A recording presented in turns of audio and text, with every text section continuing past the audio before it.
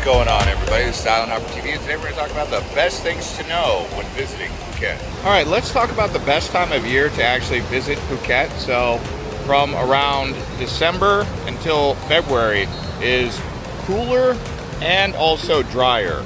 So that's considered the peak season. With that comes higher prices, but better weather. So if you don't mind crowds, that's the best season. Now, if you want to save on price and money, you'll typically aim for June or July, a little bit more affordable. Also, you can find better prices around September, October, but rainy season basically begins late May and ends in October or November at times. Depends. I mean, the weather cycles have been changing across the world, so that's generally the time frame window. But if you want to save money, summertime, which is June, July, August, all the way to September, you can save money here in Phuket. But the weather is unpredictable. Right now, I'm here in June right now. We haven't had rain for like 8 days. My first 5 days here were all rain. So I thought we were just locked into rainy season, and then it just started opening up the sky, and it's been maybe one rainy day out of those like 8 or 9 days. Let's now talk about the arrival process into Phuket. So you will arrive at the Phuket airport in the north side of the island. It takes about 45 minutes to an hour to get south down to Patong Beach, or a little bit longer if you need to go to Kata or Karan. Right now I'm making this from Phukets Cape in the far south, and I would say the airport from here, which is Nai Harn Beach area, probably takes around an hour and 15 to an hour and 30 minutes. The other way to arrive would be by boat, depending on if you're coming in from Krabi, or you could also arrive by taxi, depending on where you're coming in, but that's how you arrive here. Let's talk about money and currency, things you need to know about transacting here in Thailand. So the number one cards that are typically used are going to be MasterCard or Visa. American Express is accepted at major chain hotels, but not major areas around town. Don't expect to be able to use it often. Now, as far as using the ATM, I found that Bangkok Bank works best for me. I'm an American using Chase Bank. I haven't had any issues with Bangkok Bank. The one thing with the ATMs, always wait for them to disperse your card.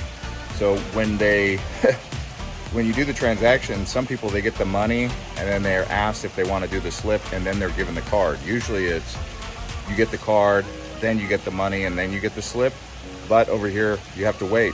I have in the past actually walked away from the machine when my card was still in there, and I went back and my card wasn't there, so I had to have my brother ship me a new card.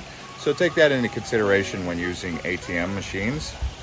Another thing about the ATM machine, if you hit no to all except that conversion, you'll get the bank's international rate, which is better than the ATM's rate. So you might save $10 to $15 that way.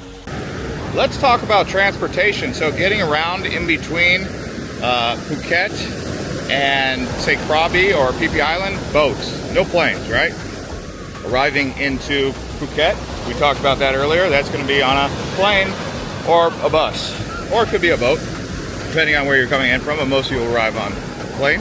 From the airport, you'll go by taxi, probably a shuttle, which is the cheapest way, and then you have private taxis. Private taxis are anywhere between 1,005 and 2,000 baht. You could do a shuttle, which is probably around 400 to 500 baht, or around $10 to $15, somewhere around there. When there's no train, there are some buses here, but traffic is not very good. They also do have tuk-tuks to get from beach to beach, so you can easily get around from, say, Patong to Kata by tuk-tuk. But if you have luggage, you probably want a taxi driver. Another great way to get around is by tour. So there you go, that's transportation. All right, let's talk about the best places to stay when you arrive in Phuket. So you have Patong Beach, that's the most famous. Then if you go to the south, you have Kata Beach, you have Karan Beach. That's probably my favorite area to be because great swimming, not as crazy, not as crowded. Now, if you go to the far south, you have Rawai. Well, you have some beaches down there, and that's the southernmost point of the island, probably the most relaxing area. You're not going to have any of the chain hotels and much party life, a lot more calm, but you can't find peace and relaxation. If you go to the other side of the island, you have Phuket town. Now they do have some fine resorts over there, but if you really want the best resorts, they're on the north side of the island, actually closer to the airport. You'll find the JW Marriott. If you go north of Patong Beach, you'll also find the Intercontinental and the Hyatt Regency at Kamala Beach, and just north of there is Surin Beach, a very beautiful beach. And they have Bang Tao. Bang Tao is pretty much where all the Russians go, so lots of nice resorts there, including a Centaura. Let's talk about a little bit of history about Phuket. So it was originally called Junk Ceylon by the Europeans. It's also been called Phuket, not Phuket, but Phuket. Oh wow, we've got one of these getting ready to launch. Nice, okay. That just happened real quick. And some other history or information that you might find useful about Phuket is that it is the biggest island in all of Thailand, and it sits really close to the Burma-Myanmar border, but also something else. Down here in the south, you'll notice it's more of a mix between Buddhism and Islam, whereas in the north it's pretty much almost all Buddhist. Down here it's a lot of mixed Islam and Buddhism. So those are some things you may find interesting about Phuket. All right, now let's talk about food. So as you can see, plenty of seafood here in Phuket. Also, I really like to get shawarma. These stands are pretty much all across Patong Beach. But Phuket also has a variety of different Thai food like chili, Penang curry. I really like coconut curry.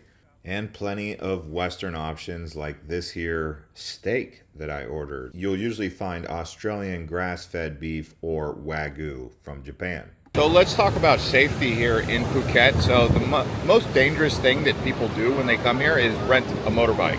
It's dangerous for two reasons primarily, and those two reasons are going to be motorbikes driving around. That's where most of the accidents. I mean, if you look up foreigners killed in Phuket on Google, you'll see pretty much one a week, at least, sometimes 4, sometimes 5 in a week, and that makes big news. So I don't think it gets enough information out there, so I'm going to say it right here. Yeah, renting a motorbike is very dangerous. The second most dangerous thing about it is number 2 is the police here pick on foreign tourists who ride motorbikes, probably because they're trying to keep you alert, keep you attentive to how dangerous it is. But yeah, they will pull you over. They'll say, hey, you parked in the wrong spot, and they'll give you a ticket, and you know. So that's the number 2 thing. Even though you get the rental motorcycle, moped for around like 200 baht per day or 150 baht per day, which is a great price, ends up being a little bit more crazy, especially if you've never rented a motorbike before.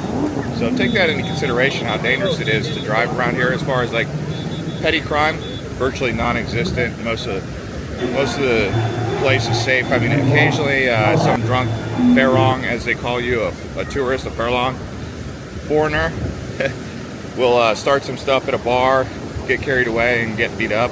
That can happen. Sometimes it can be a little bit more violent if you get carried away with that. So try not to get too drunk at bars and pick fights with local Thais. That's just never going to be a smart thing.